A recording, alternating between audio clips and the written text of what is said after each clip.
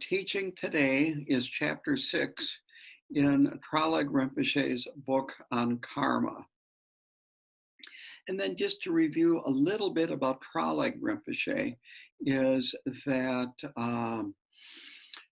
he was an incarnate Lama or a Tulku that I can't tell you how many previous lives he had being recognized as Traleg Rinpoche, but he had many, and so he was recognized at an early age by His Holiness the 16th Karmapa and was brought up and trained as an incarnate Lama or a Tulku. When he fled Tibet, he fled with Khenpo Karthar Rinpoche and Trangu Rinpoche and many other people, and he eventually ended up in Australia. He got an Australian higher education. I believe he majored in philosophy. And the next couple of chapters we're going to discuss really shows that he knows Western philosophy and logic. He married an Australian woman, and what I find extremely good about his writing is that he can write in English very clearly without a translator, and he knows Western culture very well. He died in 2011, and his rebirth has been identified. And I actually met his rebirth in 2015 when I went to Trangu Monastery in Tibet, because that's where the previous Traleg Rinpoche was before they fled Tibet. So today's chapter is chapter 6, and it is titled The Meaning of Life and the Fear of Death. So, and I get one other thing is karma. In the Tibetan word for karma means action, it's lay. And so karma is all about our actions of body, speech, and mind, and the repercussions of that. And so the meaning of life comes from the being aware of the repercussions of our actions of body, speech, and mind in this life. Because a meaningful life is one that causes us to progress towards liberation, where we can actually free ourselves from this endless cycle of birth and death and rebirth and death and so forth.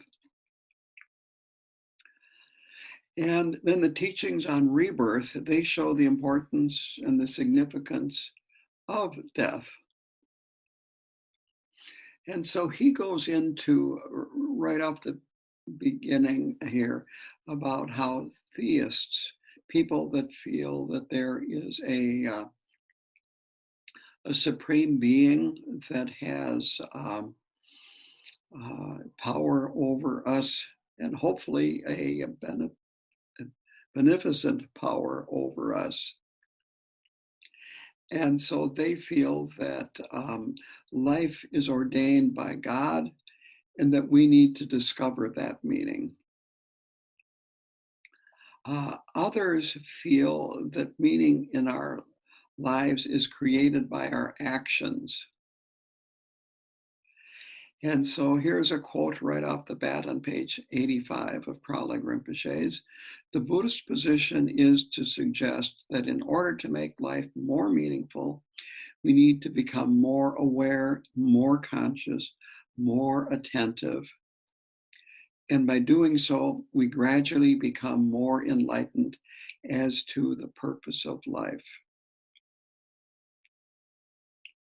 So discovering the meaning for us is increasing our awareness, being more conscious of what's going on in our daily lives and being more attentive. And of course, understanding how karma works. So he then discusses how religions relate to death or approach death. And he is countering this argument that has been made and is still being made, that the reason why religions talk about something going on after death is to scare you into believing their beliefs or to scare you into behaving ethically. And he makes a very self-evident claim or a statement here. And when I say self-evident, because when we look at what's going on right now, that people aren't afraid of what happens after they die. They're afraid of dying. That this argument that hell causes fear of death and then makes you behave better, or people wouldn't fear death without these teachings, I think that is pretty obvious to be false. That the grocery stores are full of people that are afraid. And so he says that it really is important, and this is a standard Tibetan Buddhist and probably right across the board for all forms of Buddhism argument, that if we can investigate death and our relationship to it, contemplating death, and in particular our own death, we will derive great benefit from it. And here was another quote that really rang true to me. This is on 87. We fear death because we fear the premature end to all our plans and projects. And why this rang really true to me is way back, long before I was a Buddhist, when I was married. I remember one night having a nightmare that I was dying. And I remember grabbing a hold of my wife really hard and thinking, I can't die, I'm not done yet. And that's exactly what he's talking about, is we don't want all our plans and projects to end. We're afraid that when we die, our life will amount to nothing. And we also can fear the actual dying process, fear of experiencing great pain while we are in the dying process. That I remember my grandmother saying that when she was in her late 80s, that she would pray that she would die in her sleep. And she didn't. It's also hard for us to watch people that are dying, or even people that are approaching dying. And so we have assisted suicide, that people are afraid of dying or afraid of their loved one dying. So he kind of sums this up on page 88. Fear of death is all pervasive, something we all have and something we need to confront in one way or another. And he goes on to say, and this is what I have found very interesting about having teachers that come from a totally different culture than Western culture, is they see the culture with fresh eyes. And so he says that here in the West, we've become more and more separated from death, that people die in hospitals, they die in nursing homes. I will say this, that one change that has happened lately that is really good, and that is hospice, that now some people can die at home with hospice care. But it's still very unusual. Some of you know this, my grandmother was a funeral director. And in 1963, the summer of 63, I had a job working for the funeral home. My uncle was the one that was leading it at that time. And part of my job was to go and pick up the corpses. And I went to a lot of hospitals, and only one time did we go into a house to pick up somebody that had died. That families and relatives are spread out more by distance and socially, and even being around a person that is dying doesn't happen as much as it used to be. And in terms of talking about death, that's almost a taboo subject. People just don't, they're very uncomfortable about that. I've known a lot of people that will not even go to a funeral because it makes them so uncomfortable. And now this is I don't know if you would call it a joke or what, but if you want to compliment a funeral director, these are the ones that embalm the body, dress it. Uh, Usually it's a female funeral director that does the hair of the women and the makeup. But anyway, there's a lot involved to prepare that corpse for an open casket. And so if you would say, and the funeral director would hear this, she looks better in the casket than when she was alive, that's a compliment, because that's what they're trying to do. They're trying to make death look much less scary.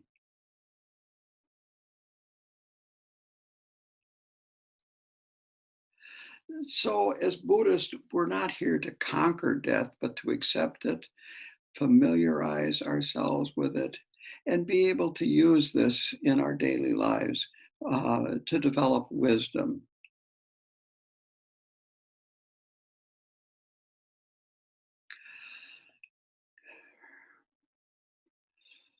Impermanence and interdependence, they go together, are some of the very central tenets or teachings of the Buddha. Interdependence means that things come into being because of causes and conditions. And when the causes and conditions for continuing to exist cease, then it ceases to exist. And basically that means things are impermanent. Everything is impermanent. So whatever is caused, whatever has a cause for bringing it into being, then is impermanent and interdependent. So the very simple slogan is, whatever is born, whoever is born will die. And we all really, in the back of our minds, understand this, even if we don't admit it. And that is that I suspect all of you have insurance policies. And insurance policies are in case things are impermanent that we don't want to be impermanent. So life and death go together. They are not separate. Death is not even the negation of life. In a way, death is merely a new beginning for what happens after death. So he then talks about a brief contemplation of impermanence and talking about the seasons changing, the years passing, changes in the physical environment. And then he says to look into our own lives. And all of us know, if we look at our own lives, that uh, our bodies are continually changing. And what we experience is fresh every day. Even if we've got a routine down, it's a new day. Uh, and that if we're not afraid of impermanence and we accept it, we can work with it. We can become more realistic in terms of our approach and our attitudes and so forth, and let go at least of some of the fear of things changing. So Traleg Rinpoche talked about the story of the woman at the time of the Buddha whose child died, and she took the child to the Buddha and asked him to bring her to life. And the Buddha said, well, I will, but first bring me a sesame seed from a house where no one has died in. And she went frantically about that day looking for houses and asking for sesame seeds. And that would be something that would be very common in an Indian house up to this day, about as common as you might say pepper, like in a pepper shaker would be in our houses. And she couldn't find one. And so she finally came back to the Buddha and realized that she was not unique in having a death of a child, a death of a loved one, that she has this shared experience with everybody. So if we understand the situation that we are in, this will allow us to use our inner and outer resources for the best results. Death is all pervasive. Life is limited. At the time of death, you leave it all behind. Very simply, life is too precious to squander.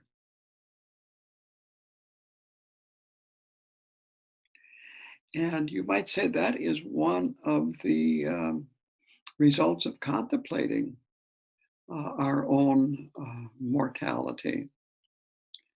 That life is extremely precious. It's actually wonderful to be alive. And there's no point in squandering it, wasting time and doing things that really have no meaning.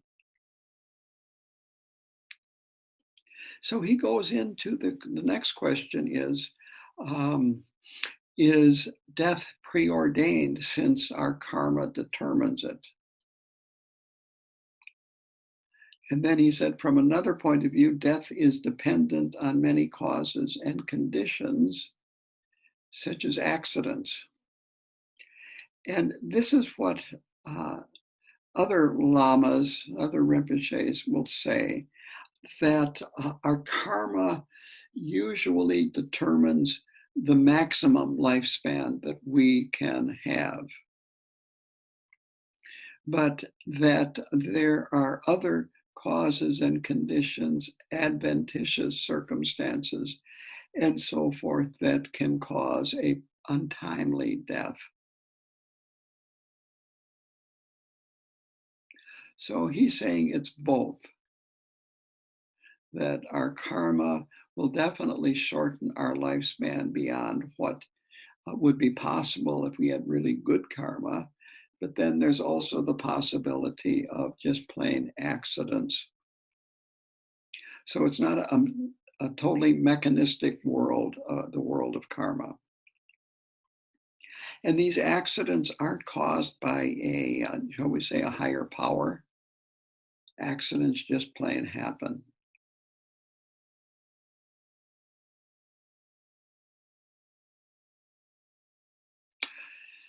So to go on about how to work with our own mortality, besides looking into it and realizing that we will die at some point and we can't control whether it happens or not, that we need to examine the fear and work with it.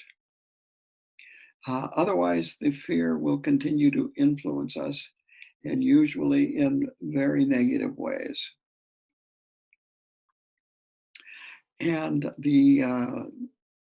a very good way to work with fear is to be in the present, rather than being in the past or the future. And the way we remain in the present, we train through shamatha meditation to keep bringing ourselves back to the breath.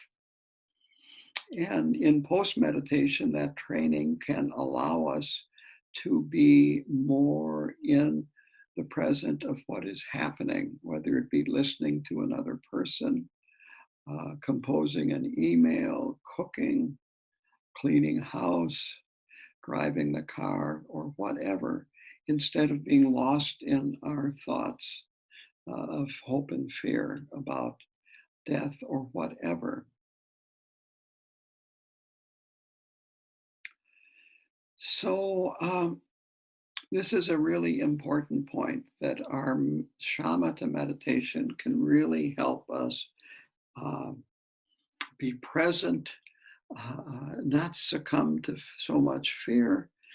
And then with the clarity, and this is how clarity works. If you have a jar of muddy water and keep shaking the jar, you're always going to have muddy water, and the water isn't clear. But if you would set the jar down on a table, let it sit there for a few hours, the mud settles to the bottom and the natural clarity of the water comes forth.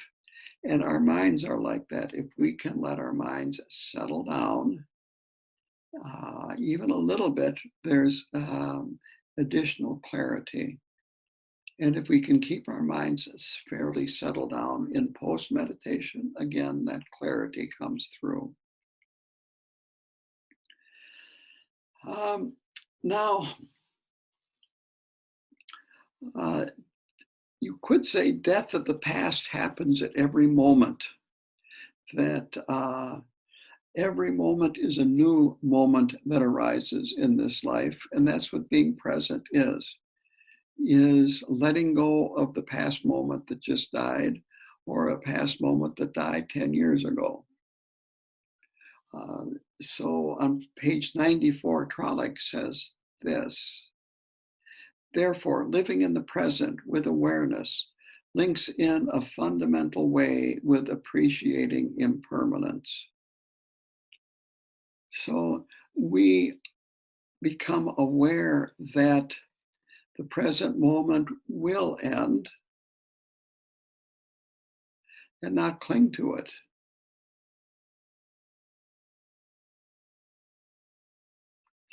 And we, in a way, that can be very scary, because we want something to be solid. We want solid ground to stand on, to know where we are going.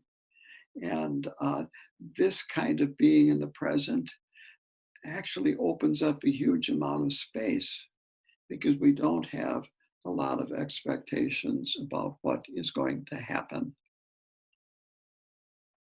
And as a result of that open space, it gives us new ways of reacting, new ways of behaving. It helps us go beyond habitual patterns. It gives us actually a lot of freedom. And he says that becoming enlightened, we become enlightened by being in the present and dealing with our present circumstances, and to avoid speculating on what might be absolutely keeps us out of being in the present.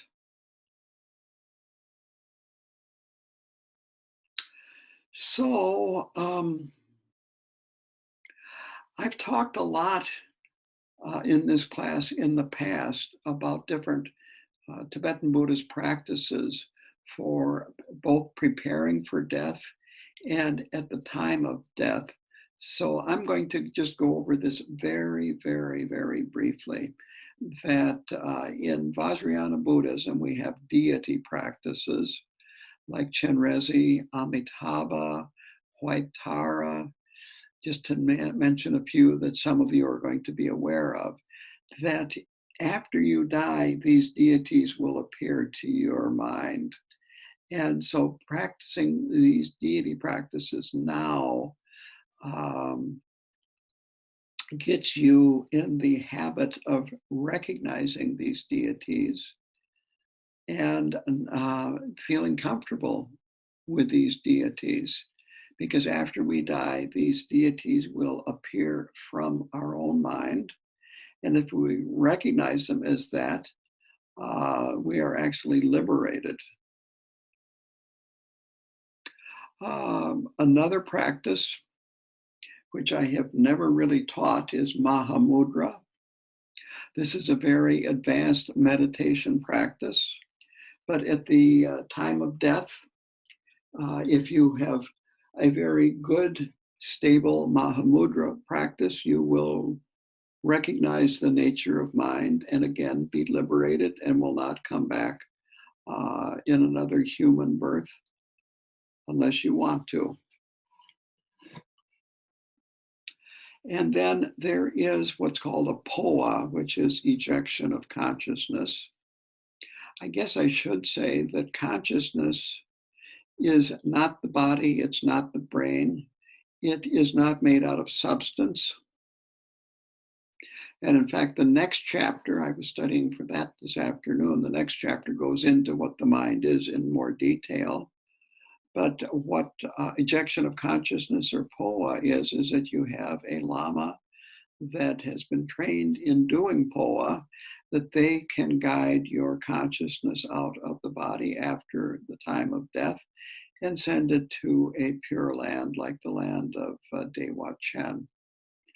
And for a good practitioner, they can actually receive instructions on how to do a POA for themselves at the time of death.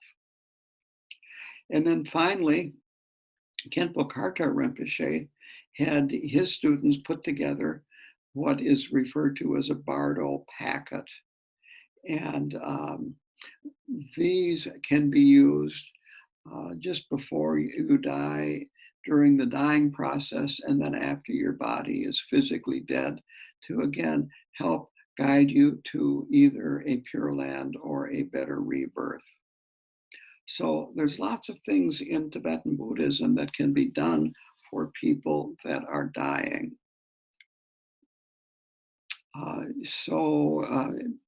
Good Tibetan Buddhist practitioners, or people that just have a lot of faith and confidence, like ordinary Tibetans, don't suffer from grief. They do what they can to help the person that has died through that period between death and rebirth. And then they feel good about what they have accomplished. So to go on here about being present.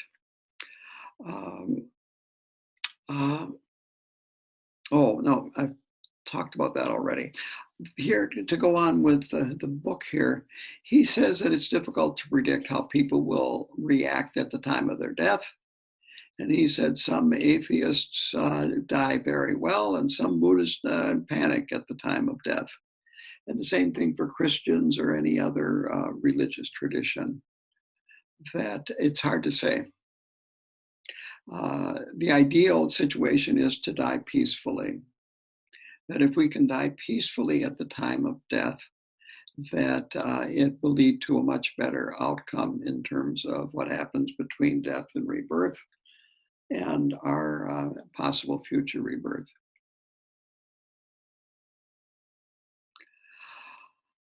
So he says our approach to death, quote, needs to be an existential concern and to be translated into something approximating a real intuition or a real encounter with death.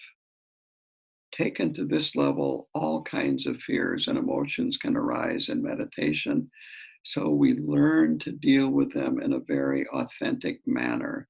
This is on page 95. So the point is that while we are meditating, contemplating, and so forth, that fears and emotions will arise and can arise. And this gives us a chance to work with them. If you can work with them successfully while you are alive, while you're dying, it won't be a problem. And this can lead to, in his words, a real transformation on our emotional level as well as our intellectual level.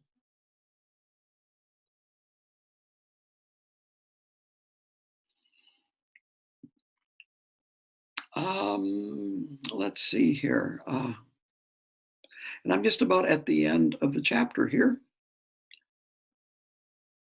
And I think I have covered everything